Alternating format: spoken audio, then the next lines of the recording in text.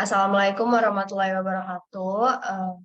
Kenalkan kami dari kelompok 5. Kami di sini akan menjelaskan terkait brand adoption, brand naming, and intellectual property issues. Dan anggota kami terdiri dari saya sendiri, Anjas Apriana, yang kedua Febrianus David Dagangkrans, yang ketiga ada Maulidia Haza, terus kemudian ada Farhan Arif, dan Fahrel Novelian, dan terakhir ada Muhammad Hafiz. Kita langsung masuk ke pemaparan materi aja.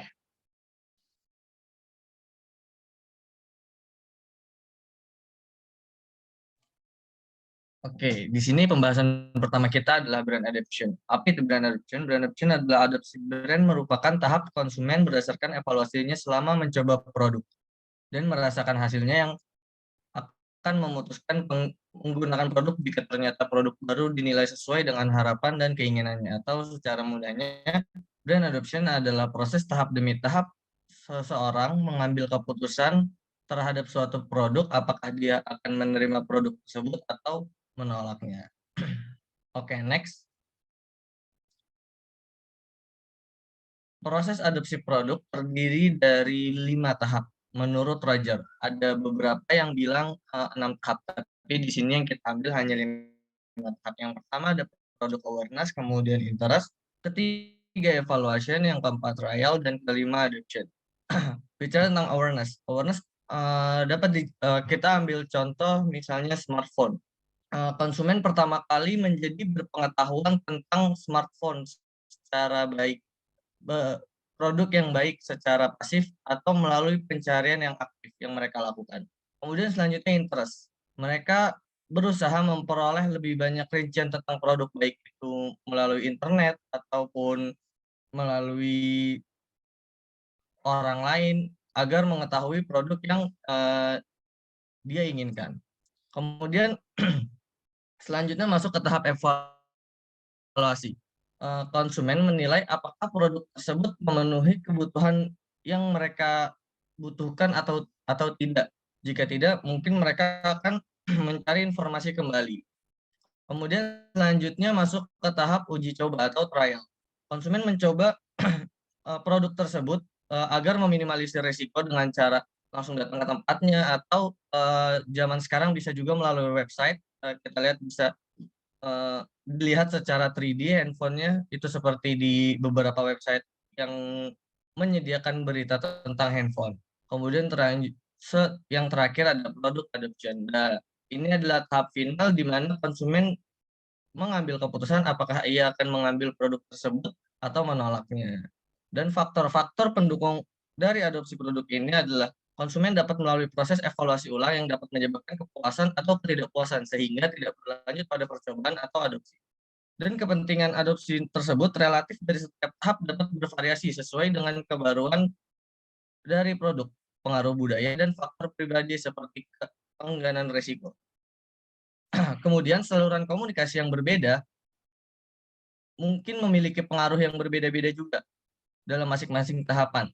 Seperti misalkan dari internet atau dari media massa, mungkin itu hanya masuk dalam pengetahuan mereka. Tetapi komunikasi secara pribadi, baik itu dari teman, dari sahabat, atau dari keluarga, dari mulut ke mulut, cenderung berpengaruh lebih signifikan terhadap evaluasi mereka dalam mengadopsi produk. Jadi di sini tugas utama pemasar adalah memahami apa yang terlibat dalam proses adopsi psikologis konsumen untuk menawarkan produk dan layanan tertentu agar dapat mempengaruhi secara positif konsumen tersebut pada tahap yang sesuai, sehingga mendorong mereka untuk berhasil menyelesaikan proses adopsi dan membeli produk. Oke, selanjutnya next.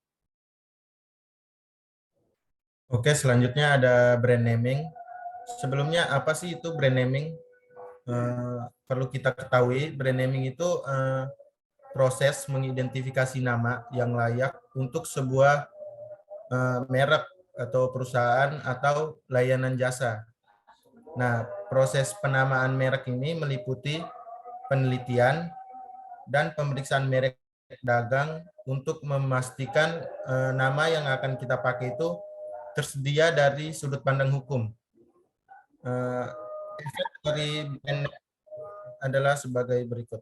Yang pertama, brand naming mempercepat awareness terhadap brand baru. Lalu brand naming tersebut juga mencakup keseluruhan image dari brand tersebut dan meningkatkan brand equity atau nilai pasar. Next. Kapan sih sebuah nama merek bisa dikatakan bagus?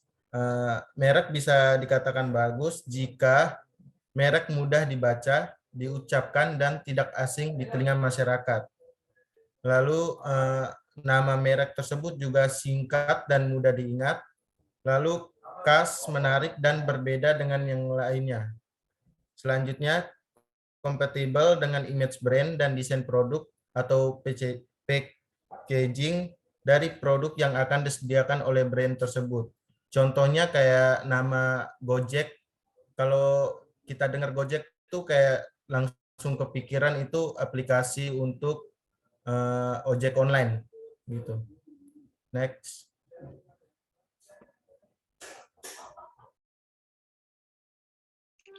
Selanjutnya, brand naming proses. Merek penamaan melibatkan proses yang agak mudah, sebagaimana ditentukan oleh survei terhadap lebih dari 100 manajer produk dan merek yang mewakili kedua produk, business to consumer dan business to business. Langkah pertama adalah tujuan dari nama brand tersebut.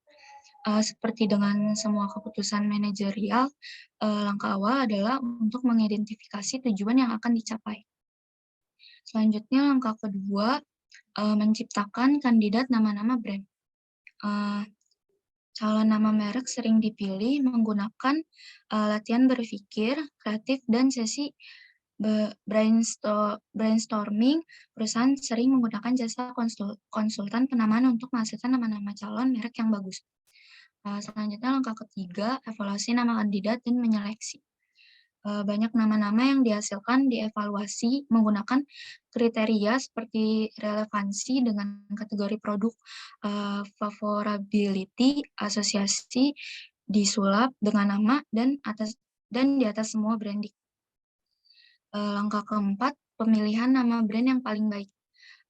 Kriteria dicatat dalam langkah 1 dan 3 yang digunakan oleh manajer untuk memilih nama akhir dari bidang kandidat.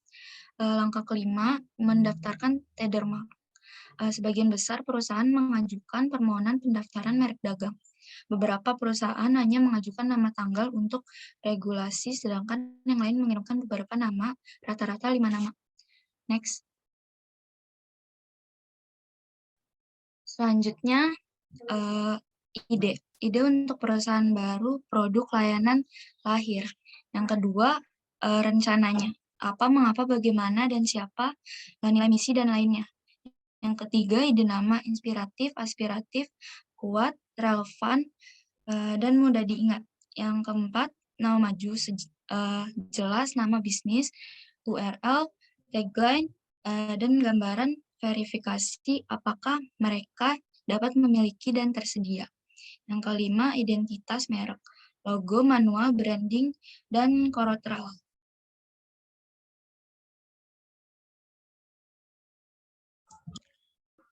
Selanjutnya yaitu ada logo, di mana yaitu logo dapat dianggap sebagai cara singkat untuk mengidentifikasi suatu merek. Dalam sebuah desain logo, banyak sekali logo yang sangat beragam. Mulai dari desain yang sangat abstrak sampai desain yang sangat sederhana untuk penggambaran yang kompleks. Berkaitan dengan hal itu, berikut ciri-ciri desain logo yang baik, yaitu yang pertama, natural, di mana tidak terlalu simpel dan tidak terlalu kompleks. Yang kedua, bisa dikenali dengan mudah. Selanjutnya yang ketiga, tidak ambigu, yaitu menyampaikan makna yang sama kepada semua customer. Yang keempat, menimbulkan perasaan positif. Dan yang terakhir, cocok untuk pembaruan berkala jika diperlukan. Boleh di next. Selanjutnya, intellectual property yaitu sudah menjadi mata uang di era ekonomi kreatif saat ini. Selain mendorong masyarakat untuk terus berkarya dan berinovasi, IP juga mampu menggerakkan dan memberi nilai tambah bagi perekonomian. Di mana secara umum intellectual property merupakan kreasi dari pikiran, sebut saja penemuan, karya tulis, musik, dan desain. Selain itu, logo, nama, ataupun gambar yang digunakan dalam perdagangan juga masuk ke dalamnya. Boleh di next.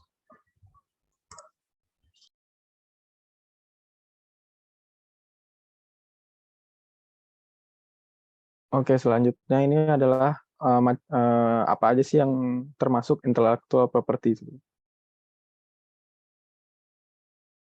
Yang pertama ini ada paten. Paten itu adalah hak eksklusif yang diberikan oleh negara kepada penemu atas hasil penemuannya di bidang teknologi. Yang untuk selama waktu tertentu melaksanakan sendiri inversinya tersebut atau memberikan persetujuannya kepada pihak lain untuk melaksanakannya. Yang kedua ini adalah trade secret atau rahasia dagang. Rahasia dagang ini adalah informasi yang tidak boleh diketahui oleh khalayak umum. Contohnya seperti resep makanan atau minuman yang terkenal. Yang ketiga ada trademark atau merek dagang. Merek dagang ini adalah merek pada barang yang diperdagangkan dari beberapa orang secara bersamaan. Contoh dari trademark ini adalah contoh merek HP yaitu Apple, Samsung, dan yang lainnya. Seperti itu. Selanjutnya industrial design atau desain industri. Desain industri adalah suatu kreasi tentang bentuk, konfigurasi, atau komposisi garis atau warna yang berbentuk 3 dimensi. Contohnya desain HP yang kita gunakan itu bisa dihak ciptakan dan digolongkan menjadi IP. Lalu selanjutnya ada geographical indications atau indikasi geografis. Indikasi geografis ini adalah suatu tanda yang menunjukkan daerah asal dari suatu barang. Contohnya seperti mebel ukir dari Jepara atau susu kuda Sumbawa. Gitu. Yang terakhir ada watermark. Watermark ini adalah hak cipta yang digunakan untuk menandakan bahwa sebuah karya adalah milik seseorang. Watermark ini bisa datang dalam bentuk logo atau tulisan agar orang lain tidak bisa mengklaim sebuah barang atau sebuah karya adalah milik dia sendiri.